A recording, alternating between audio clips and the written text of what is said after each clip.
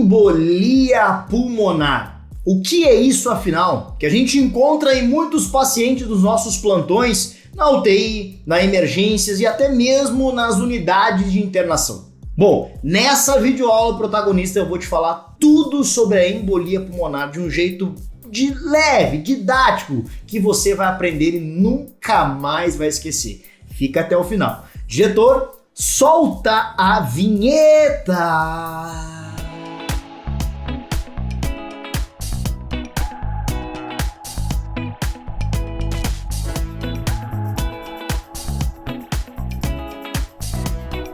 Seja bem-vindo ao canal Enfermagem Protagonista, eu sou o Rafael Albuquerque, o Prof. Rafa, e estamos aqui em mais uma videoaula. E hoje nós vamos falar da nossa embolia pulmonar, que acontece bastante nos nossos pacientes, principalmente aqueles críticos, que depois também vão para a unidade de internação. Mas antes da gente começar essa videoaula, eu te falar tudo sobre a embolia pulmonar, eu te convido a você a curtir já essa videoaula para que ela chegue para mais pessoas, te inscrever no nosso canal para não perder nenhuma programação e, claro, obviamente, compartilhar essa aula com a galera da enfermagem, com os teus colegas. Vamos lá então a começar a conversar sobre embolia pulmonar. Bora lá! Primeiramente, eu preciso então começar a nossa aula explicando aqui basicamente, fazendo um resumão dos pulmões, do sistema respiratório.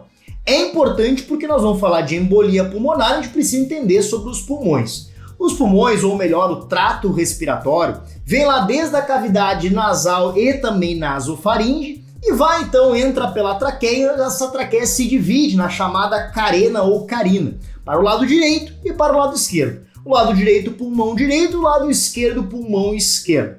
Lá nos pulmões, então, nós temos os queridos alvéolos pulmonares, brônquios, bronquíolos e alvéolos. E é lá nos alvéolos que ocorre a troca gasosa, que você sabe, já conhece, você não conhece, a gente vai conhecer agora, chamada de hematose.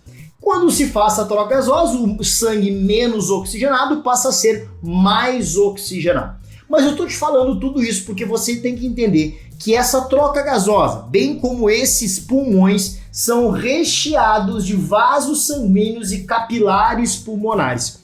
E é nesses vasos sanguíneos que pode ocorrer lá um êmbolo lá dentro, obstruir essa corrente sanguínea e, claro, consequentemente prejudicar a troca gasosa, consequentemente prejudicar os nutrientes que chegam nos pulmões. A gente percebendo e entrando mais a fundo nos pulmões, a gente vai perceber aquela árvore brônquica, árvore alveolar, brônquios, bronquíolos e alvéolos. Os alvéolos são esses aí. Parece mais um cacho de uvas e é neles então que ocorre, como eu falei para vocês, a hematose. Só que olha só, o que nos chama a atenção nessa linda imagem aqui é que esses alvéolos são recheados de vasos sanguíneos, tanto arteriais quanto venosos. E é por ali que chega então o sangue oxigenado, é por ali que chega o sangue para ser oxigenado e consequentemente os próprios pulmões, os próprios alvéolos, bronquíolos e toda a estrutura do sistema respiratório necessita de oxigênio, necessita de nutrientes. Então imaginem só, se há algo que bloqueia aquele local, consequentemente vai ficar prejudicada essa função.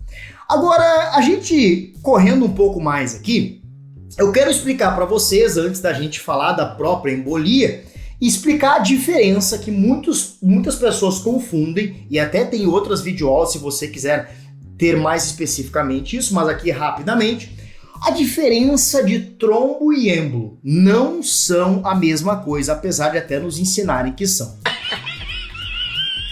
Trombo, galera, não esqueçam mais, é todo aquele coágulo, principalmente coágulo, pode ser outras coisas também, tá? Pode ser gordura, pode ser até líquido amniótico. Trombo é todo aquele conjunto de coágulos que fica fixo na parede de uma artéria ou na parede de um vaso sanguíneo qualquer. Já um êmbolo ele vem da palavra, olha que legal, vem da palavra embolos, que significa que vem lá do grego lá de movimento. Então significa que se movimenta. Detalhe que eu coloquei no desenho aqui para vocês, que esse êmbolo, então, se movimentando, ele pode chegar nos pulmões, no coração e até mesmo no cérebro. E aí, quando é chamado de êmbolo, por que ele é chamado de êmbolo? Porque ele se movimentou. Então, galera, um êmbolo nada mais é de um trombo que se deslocou do seu local de origem. Por exemplo, um êmbolo porque foi parar nos pulmões, ele pode ter surgido, então, sendo um trombo lá no coração. Surgiu no coração e do coração foi para os pulmões, provocando, por exemplo, a embolia pulmonar. Ele era um trombo quando estava no coração, porque lá foi a origem dele, era fixo ali, ele se deslocou, ele é um êmbolo. Foi para onde? Nos pulmões, por isso que é a embolia pulmonar. Agora, o que é basicamente, né, a nossa embolia pulmonar? Presta atenção aí e vamos ver juntos. Doença pulmonar decorrente da obstrução de vasos da circulação arterial dos pulmões. As partículas obstrutivas são maiores que o diâmetro do vaso, que normalmente, como eu falei para vocês, vão ser coágulos, né, normalmente. 11% então dos pacientes têm mortalidade na primeira hora, olha a importância da gente saber, né? E 30% da mortalidade são nos casos não tratados de embolia pulmonar. Então agora ficou fácil. Embolia pulmonar nada mais é quando ocorre uma obstrução na circulação do sangue nos pulmões, principalmente nas artérias, porque elas estão carregando nutrientes e oxigênio para os pulmões. Tem fatores de risco, sim, e tem fatores de riscos hereditários e tem os fatores de risco adquiridos. Eu trouxe para vocês nessa aula os adquiridos, que são aquelas condições, que já está falando o nome, que a gente adquire ao longo da vida, que aí podem então podem provocar a embolia pulmonar. Procedimentos invasivos, como por exemplo a ECMO, que nós tivemos aula de ECMO aqui, depois você pode acompanhar aqui no nosso canal. Imobilização, pacientes muito tempo acamados também têm maiores chances, né, suscetíveis aí à embolia pulmonar. Gestação ou até mesmo puerpério, sim, as mulheres podem ter na gestação ou no puerpério maiores chances de embolia por conta da troca que tem com o feto ali, né, com o serzinho que está se desenvolvendo. Os cânceres, principalmente cânceres de pulmões. Obesidade, pacientes obesos têm mais gordura nos vasos, gordura lembra que pode ser um trombo e virar êmbolo também. O tabagismo, as mais de 4.000 substâncias nocivas podem endurecer esses vasos sanguíneos e provocar, então, ficar mais suscetível a formar trombos ali e depois os êmbolos. E por último aqui, idosos e principalmente idosos com problemas cardiovasculares. Os idosos, porque a idade avançada também ocorre uma afrouxidão dos vasos sanguíneos, provocando uma maior probabilidade de formar trombos e, consequentemente, obviamente, doenças cardiovasculares que vão levar à formação desses trombos. Agora, a gente conversando ainda aqui, olha só que interessante isso aqui. Quais são os sintomas que o paciente pode, então, apresentar para nós? E eu vou colocar, inclusive, esses sintomas aqui, vou colocar para vocês bem pertinho aí para vocês olharem e observarem. Observe aí comigo aí. O que nós temos aí? Nós temos a taquipneia, nada mais é do que a frequência respiratória acima dos parâmetros normais, obviamente, porque vai ter que fazer mais força para fazer troca gasosa. A dispneia, porque obviamente é uma dificuldade para respirar, porque a hematose está prejudicada. Tosse, a tosse ela é uma defesa do nosso organismo quando alguma coisa não está indo bem. A taquicardia, o aumento da frequência cardíaca. A palidez pela falta de troca gasosa, que consequentemente distribuição errada, vamos dizer assim, má distribuição de oxigênio pelo organismo e vai começar a ficar pálido o teu paciente. Dor pleurítica, aquela dor então que ao toque na região do tórax. Hemoptise, sangramento oriundo então lá dos pulmões, quando está em algo mais avançado, mais grave. Sibilância, aquele chiado do gato, principalmente pacientes asmáticos, mas obviamente aqui pela obstrução. E a hipotensão, pacientes que estão com êmbolos, né, lá nos pulmões, com a embolia pulmonar, podem ter uma queda da pressão arterial. essa queda da pressão arterial prejudica, consequentemente, né, todo o sistema cardiorrespiratório, todo o sistema circulatório do nosso paciente. Agora, se a gente falou de quadro clínico, de fatores de risco, é importante a gente falar de algumas condutas para o diagnóstico. O que vai ser feito lá, por exemplo, numa emergência, né? Vai ser feita a coleta de gasometria arterial para ver a hipoxemia desse paciente, ou seja, baixa concentração de oxigênio no sangue. Vai pedir para ser feito um eletrocardiograma, que normalmente aparece a taquicardia sinusal, ou seja, aquela taquicardia, aumento da frequência cardíaca. Vão pedir um raio-x de tórax para ver o que, gente? A oligoemia, ou seja, diminuição do líquido pleural, infarto pulmonar ou até mesmo dilatação arterial das artérias pulmonares. Vai ser pedido também um ecocardiograma para ver as estruturas do coração. Os marcadores bioquímicos como a troponina, principalmente se estiver relacionado ao infarto agudo do miocárdio, e ainda o dímero D, que é para observar e avaliar a degradação de fibrina, ou seja, quando tem lá uma lesão, né, ocorrendo ali, e pode então liberar dímero D, mostrando que tem então uma degradação de fibrina. Todos esses que eu falei para vocês e mostrei para vocês são indicativos, aí são condutas para diagnóstico da nossa embolia pulmonar. E aqui o tratamento, né, cuidados e tratamentos de forma geral que a gente vai ter com esse paciente com embolia pulmonar e principalmente em cima ali dos sinais e sintomas. Oxigenoterapia, pelo menos 2 litros inicial, pode ser normalmente um catéter nasal, mas se for precisar de mais concentração, colocar uma máscara com um reservatório ali. Repouso no leito, obviamente, porque esse paciente não pode se esforçar, que já está com dispneia, com taquipneia. Membros inferiores elevados para melhorar a circulação e, consequentemente, o retorno venoso. Se o paciente estiver em choque, tem que iniciar dopamina ou dobutamina, que são cardiotônicos para ajudar na contração do coração.